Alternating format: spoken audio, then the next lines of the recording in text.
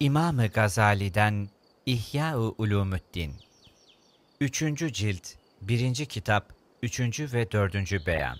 Bilmiş ol ki gazap ve şehvet kuvvetleri bazen tam manasıyla kalbe bağlanırlar da bu sayede kalbe çıktığı yolculukta yardımcı olur ve kendisine güzel arkadaşlık ederler. Bazen de aksine ve aşırı şekilde kalbe isyan ederler. Hatta kalbi baskı altına alarak kendi arzularına hizmet ettirirler. İşte burada kalp helaka uğrar ve ebedi saadete kendisini ulaştıracak olan bu yolculuğundan geri kalır. Aşağıda açıklayacağımız gibi bu saydığımız kuvvetlerden başka kalbin ilim, hikmet ve tefekkür gibi daha başka kuvvetleri de vardır. Bu kuvvetlerden faydalanmak salikin başta gelen vazifelerindendir. Zira ilim, hikmet ve tefekkür kuvvetleri gazap ve şehvet kuvvetine karşı ilahi birer kuvvettirler. Gazap ile şehvet bazen şeytan tarafına geçerler. Şayet salik, ilim, hikmet ve tefekkür gibi kuvvetlerden yardım almaz da kendini gazap ve şehvetin kuvvetine kaptırırsa kati olarak helak olur ve açık bir hüsrana uğrar. Ekserisinin hali budur. Zira bunların akılları, şehvetlerini tatmin hususunda onların elinde oyuncak haline gelmiştir. Layık olan şudur ki, aklın şehvete muhtaç olduğu hallerde, şehvetin aklın iradesine alınmasıdır. Bunu sana 3 misal ile anlatayım. 1. misal. Deriz ki, insan bedeninde yukarıda anlattığımız nefs-i latife, bir şehir ve memleketin hükümdarı gibidir. Beden alemi, nefsin vatanı, memleketi ve şehri gibidir. Uzuvları ve diğer kuvvetleri, sanatçıları ve işçileri gibidir. Akıl ve fikir kuvvetleri, yol gösteren müsteşarları ve vezirleri gibidir. Şehvet ise yiyecek ve içecek gibi maddeleri temin eden sahtekar hizmetçi gibidir. Gazap ve gayret, hükümdarların muhafızları gibidir. Şehvet, erzak taşıyan hizmetçi, hilekar, yalancı ve aldatıcı gibidir. Görünüşte doğru ve samimi konuşan bir kimse olmakla beraber gerçekte korkunç ve hilekar, öldürücü bir zehirdir. Onun adeti daima yol gösteren müsteşarlara itirazda bulunmak ve onlarla münazara etmektir. O, muarazasından bir an bile ayrılmaz. Hükümdar, akıllı müsteşar ve vezirlerinin istişareleriyle iktifa edip, bu hilekar hizmetçinin öne sürdüğü fikirlerin bozuk olduğunu anlayarak, ona boyun eğmediği ve muhafızlarını bunun terbiyesine memur edip, onu ve yardımcılarını hükümdarların emrine boyun eğdirip, tam manasıyla hükümdarların emri altına aldığı zaman, hükümdarın mülk ve milleti huzur bulduğu gibi nefis akıldan yardım ister. Gazabın gayretiyle terbiyelenir.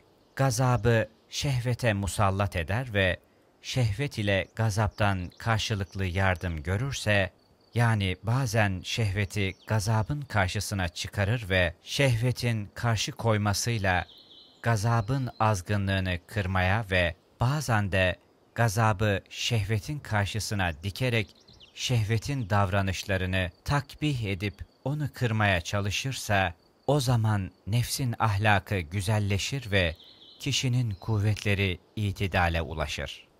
Bu yolu takip etmeyenler Allahu Teala'nın Câsiye 45. ayeti kerimesiyle muhatap olurlar.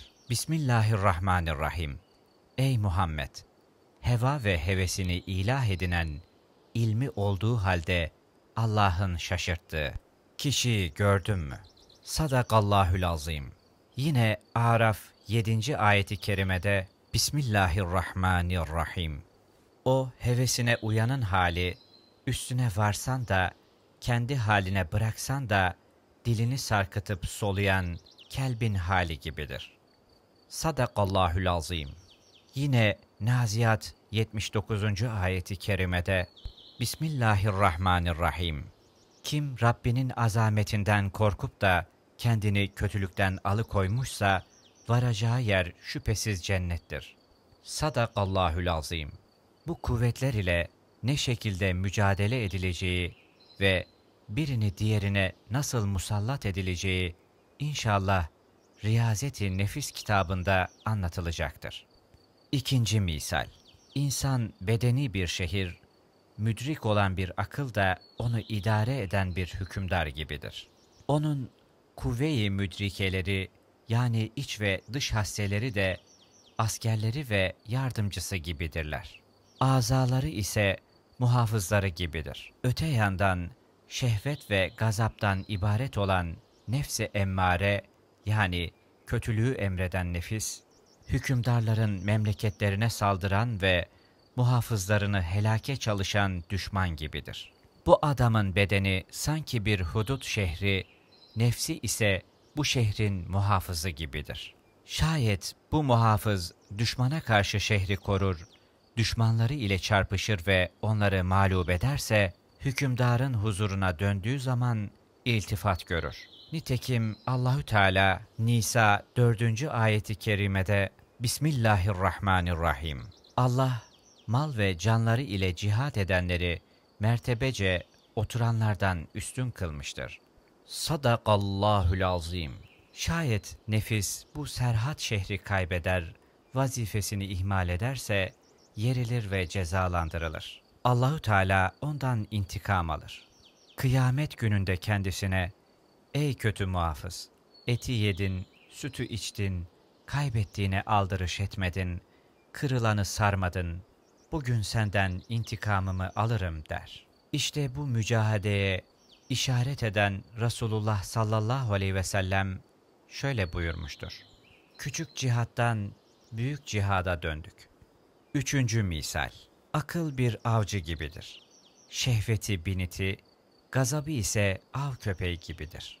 Avcı erbab, atı emrine muti usta, köpek terbiyeli olursa avcı avını yakalar. Fakat avcı acemi, atı serkeş ve terbiyesiz, köpeği de avdan habersiz olursa helake hak kazanır. Avcının beceriksizliği, kişinin cehaleti ve dirayetsizliği gibidir. Atın serkeşliği de şehvetin galayane gelmesi gibidir. Kelbin sağa sola lüzumsuz saldırışları, gazabın taşkınlığı ve insanı kaplaması gibidir. Lütuf ve keremiyle Allahü Teala'dan güzel yardımlar dileriz. Dördüncü beyan. İnsan kalbinin hususiyeti.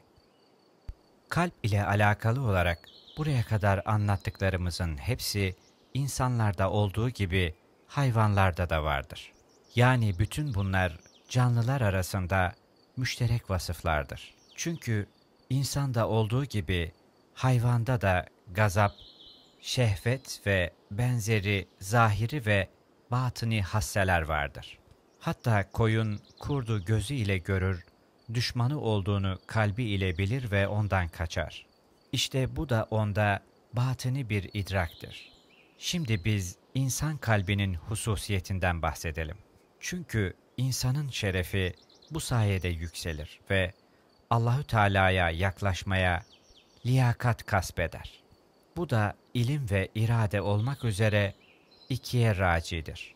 İlim, dünya ve ahiret ile alakalı şeyleri, akıl ile alakalı gerçekleri bilmektir. Bunlar duyguların ötesinde olup, diğer hayvanlar bu hususlarda insanlarla ortak değildirler. Belki külli ve zaruri olan ilimler, aklın hususiyetlerindendir.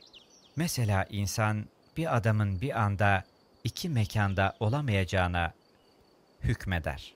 Bu, her şahıs hakkında vereceği bir hükümdür. Halbuki his ile ancak bazı şahısları bilebilir. Bütün şahıslar üzerinde bu hükmü, hissin idraki üzerine zait bir minnettir. Şayet zaruri olan ilmi zahiri de bunu anlayabildinse, diğer nazari ilimlerde de bunun böyle olduğu meydandadır. İlim ve irade demiştik. Şimdi iradeye gelelim. İrade, insan aklı ile bir işin sonunu anlayıp, iyilik tarafı nerede olduğunu bildiği zaman, içinden o tarafa yönelir. sebeplerini temine çalışır ve onu irade eder. İşte bu şehevi ve hayvani arzulardan başka bir iradedir. Hatta bazen şehvetin arzuları hilafına da olur. Mesela şehvet kan aldırmak istemez fakat akıl bunu ister. Arar ve hatta bu hususta masrafa da girer. Şehvet hastalık zamanlarında tatlı ve nefis yemekler ister fakat akıl bunların hastalığına zararlı olduğunu bildiği için kendiliğinden bu yemeklerden nefret eder ki bu şehvetin arzusu değildir. Şayet Allahü Teala yalnız bu neticeleri anlayan aklı yaratıp aklın ve hikmetin gereğince azaları harekete geçirecek olan bu muharriki yaratmasaydı aklın bu hükmü muhakkak boşa giderdi. Şu verdiğimiz izahatle insan kalbinin diğer hayvanlarda bulunmayan ilim ve irade ile ihtisası anlaşılmış oldu. Hatta ilk yaşlarında çocuklar bile bu ilim ve iradeden mahrumdurlar. Ancak buluğa erince bu kuvvetlere sahip olurlar. Fakat zahiri ve batını hasseler küçük çocuklarda da vardır. Çocukta bu ilimlerin bulunması için 2 derece vardır. Birincisi, evveliyat yolu ile elde edilen zaruri ilimleri bilmiş olmasıdır. Muhalin muhal ve mülkünün caiz olduğunu bilmesi gibi. Bu zaruri ilimler kendisinde bulunduğu zaman gerçi nazari ilimlerden mahrumdur fakat bu sayede onları da kolaylıkla ve kısa zamanda elde edebilir. Bunun gibi adamın diğer ilimlere nispetle hali, hokka ile kalemi ve bunlarla yalnız harfler yazacağını bilen katibin haline benzer. Bu kadarını bildiği halde henüz yazacak seviyeye gelmemiştir. İkincisi de tecrübe, düşünce ve kesb suretiyle elde edilen ilimlerin kendisinde bulunmasıdır. Bu onun yanında bir hazine gibidir. İstediği zaman ona başvurabilir. Bu da güzel yazı yazabilen bir katip gibidir. Bu adam her ne kadar fiilen yazmakla meşgul değilse de yazmak kudretinde olduğu için kendisine katip denir. İnsaniyet derecesinin gayesi de budur. Fakat bu derecede de sayılmayacak kadar mertebeler vardır. İnsanlar bilgilerinin çokluğu ve azlığı nispetinde birbirlerinden ayrılırlar. Bildiklerinin ehemmiyeti nispetinde farklı olurlar. Aynı zamanda bu bilgileri temin yolları ile de birbirlerinden ayrılırlar. Zira bu ilimler bazı kalplere keşf ve ilham yolu ile verilir. Bazılarına da kesp ve öğrenmek suretiyle verilir. Bir kısmı kolaylık ve süratle bu ilimleri elde eder. Bir kısmı ağır ve zorlukla kazanır. İşte burada, bu makamda alimler, hekimler, enbiya ve evliyanın dereceleri birbirinden ayrılır. Bu husustaki yükselme dereceleri sayılamayacak kadar çoktur. Zira Allahü Teala'nın malumatı sonsuzdur. Rütbelerin en üstünü nübüvvet rütbesidir. Zira ona bütün hakikatler açıklanır. Hem bunlar iktisap ve güçlük olmadan en seri bir yoldan keşfedilir. İnsan bu saadet sayesinde mekan ve mesafe ile değil, mana, sıfat ve hakikat bakımından Allah'a yaklaşır. Bu derecelerin mertebeleri Allah'a doğru seyredenlerin konak yerleridir. Onlar da sayılamayacak kadar çoktur. Her salik ancak kendisinin vardığı ve geride bıraktığı menzilleri bilebilir. Öndekileri bilemez. Fakat önde daha çok menziller olduğuna inanır. Bizim nübüvvet ve nebiye inandığımız ve fakat peygamberliğin hakikatini bilemediğimiz gibi. Çünkü nübüvvetin hakikatini ancak peygamberlerin kendisi bilir. Bu anne karnındaki çocuğun, doğan çocuğun halini ve doğan çocuğun da büyük çocuğun halini bilemediği gibidir. Aklı başında çocuğun, akıl bali olup nazari ilimleri elde eden kimsenin vaziyetini bilemediği gibi, aklı başında olan kimse de Allahü Teala'nın velilerine ve peygamberlerine açtığı lütuf kapılarını bilemez. Allahü Teala'nın insanlara açtığı rahmet kapılarını kimse kapatamaz. Bu rahmeti ise Allahü Teala'nın cud ve keremi sayesinde çok mebzuldür. Bir kişiye veya birkaç kişiye mahsus değildir. Ancak Allahü Teala'nın rahmet nefalarına arz edilen gönüllerde tecelli eder. Nitekim Resul-i Ekrem sallallahu aleyhi ve sellem muhakkak ki Rabbinizin ömrünüzün içerisinde size büyük tecellileri vardır. Ona hazırlanınız buyurmuştur. Ona hazırlanmak ise kötü huylardan kalbi arıtmak ve temizlemekle mümkündür. Kötü huylar kısmında buna dair izahat gelecektir. Allahü Teala'nın bu cömertliğine Resul-i Ekrem'in sallallahu aleyhi ve sellem her gece Allahü Teala 1. kat semaya iner. Rahmet sıfatıyla tecelli eder ve yok mu davet eden, ben onun isteğine icabet edeyim buyurur. Yine Resul-i Ekrem sallallahu aleyhi ve sellem Allahü Teala'dan hikaye yolu ile bana mülakat için iyilerin arzu ve istekleri çoğaldı. Halbuki benim onlara iştiyakım daha kuvvetlidir. Ve yine Allahü Teala'nın bana bir karış yaklaşan kimseye ben bir arşın yaklaşırım hadisleriyle işaret edilmiştir. Bütün bu rivayetler ilim nurlarının gönüllere bağlı kalması, bunları inam eden Allahü Teala'nın men edip bahillik etmesi yüzünden olmadığını göstermektedir. Allahü Teala bu gibi cimrilikten münezzehtir. Gönüllerin ilim nurlarına kapalı kalması, gönüllerin diğer kötü şeylerle işgal edilmesi bakımındandır. Gönüller birer kap gibidir. Su ile dolmuş bir kabın içine hava giremeyeceği gibi, Allahü Teala'nın gayrisiyle meşbu olan kalplere de Allahü Teala'nın celalinin marifeti giremez. Resul-i Ekrem sallallahu aleyhi ve sellem buna şöyle işaret etmiştir. Eğer şeytanlar insanoğlunun kalplerinde dolaşmasalardı, onlar göklerin melekût alemine bakar ve onu görebilirlerdi.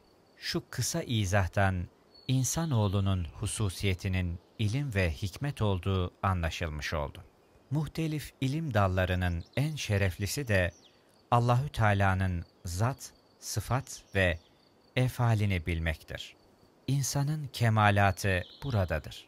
İnsanın saadeti, celal ve kemal sahibi olan Allah'a yaklaşması da kemalatı sayesindedir.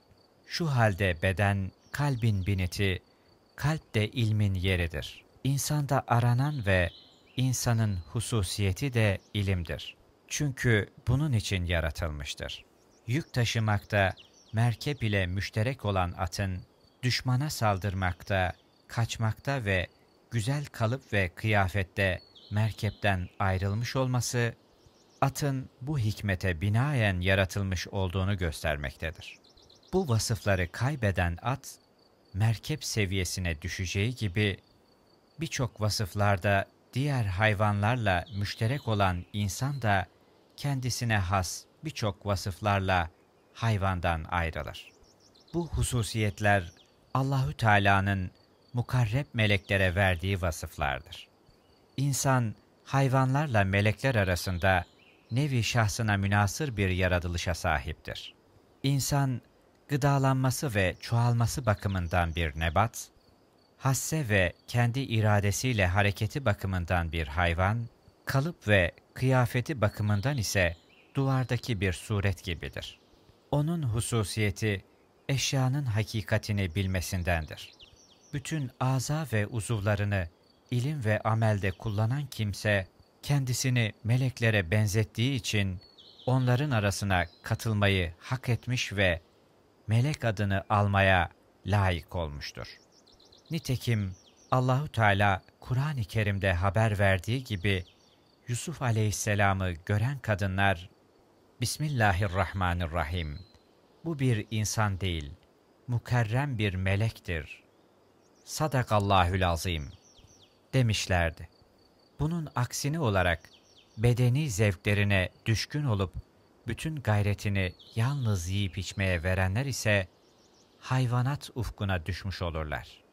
Ya öküz gibi ahmak, ya hınzır gibi boğaz düşkünü veya köpek gibi saldırgan yahut da deve gibi kinci veya arslan gibi kibirli yahut da tilki gibi hilekar veya bütün bu kötülükleri nefsinde toplayan bozguncu bir şeytan olurlar. Hassa ve uzuvlarının her biri Allahü Teala'ya ulaşmak için birer vasıtadır. Nitekim Şükür kitabında bundan bir nebze bahsedilecektir. Kim aza ve hassalarını Allah'a giden yolda yardımcı olarak kullanırsa kurtulmuş, kim bu yoldan sapmışsa rüsvay ve perişan olmuştur. Hulasa olarak bu hususta saadetin özü şöyledir.